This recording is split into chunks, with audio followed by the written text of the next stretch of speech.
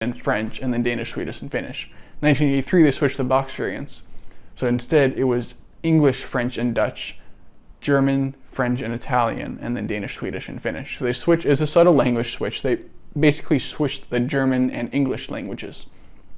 But because 7740 was produced both before and after that period of time, like in the early and late periods of time, they did make an additional UK FNL box variant.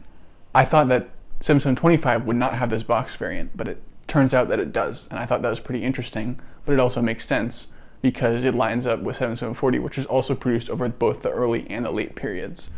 From what I've read, the UK FNL box variants were only produced in Australia, which is why they're hard to find. I have seen some on eBay of Australia, and but that's really the only place that I've seen them. They're not very common, so it would make sense that this box variant for 7725 is pretty rare, because I don't know how many 12-volt trains were actually released in Australia. So yeah, 7725 had 5 box variants, and apparently instead of the Danish, Swedish, and Finnish box variant being the rarest, which is the case for almost every 12-volt train set, it seems that the English, French, and Dutch variant is the rarest. So if you have one of those, let me know, because that's a pretty rare set that you have. You can put it in the comments if you want. And then I have 7740, the 7740 box out. This is just the common German, French, and Dutch version, of course, with the inner trays and in very good condition. But I have that box out because I wanted to say that also, in case you haven't watched my review of the 7740, the 7740 does have a UK FNL variant, so English, French, and Dutch. And then because I'm talking about special box variants that I found recently, I already knew this, I'd known this for a while, but the 7750, so as you know, this is the common German, French, and Dutch variant. Well, not very common, because 7750 is a very rare box to find. But it actually has a Danish, Swedish, and Finnish variant, where they put a sticker over this text with the Danish, Swedish, and Finnish languages on it. And then they sent that to the Scandinavian countries. But as you know, 7750 only had one production run.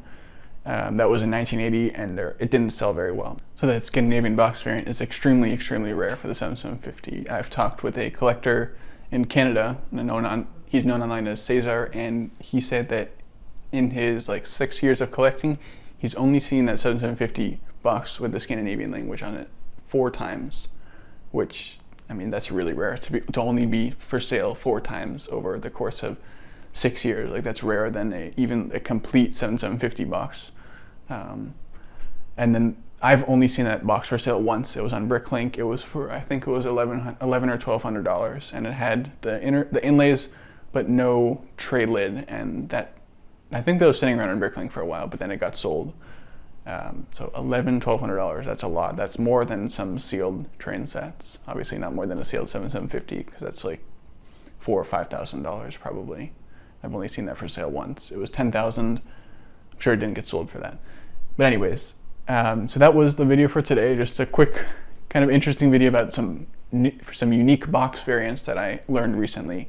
I'm gonna link Lego 12-Volt Fan's stream, so you can go watch it. I'll put a timestamp on the link as well, so that you can see where he explains about the 7725 box variants. I think he only has 1 or 2 box 7725s. So that was the video for today. I hope you enjoyed. I'm going to be working on some more content soon. I've got stuff to plan for this order, and I've actually been working on some layout plans as well.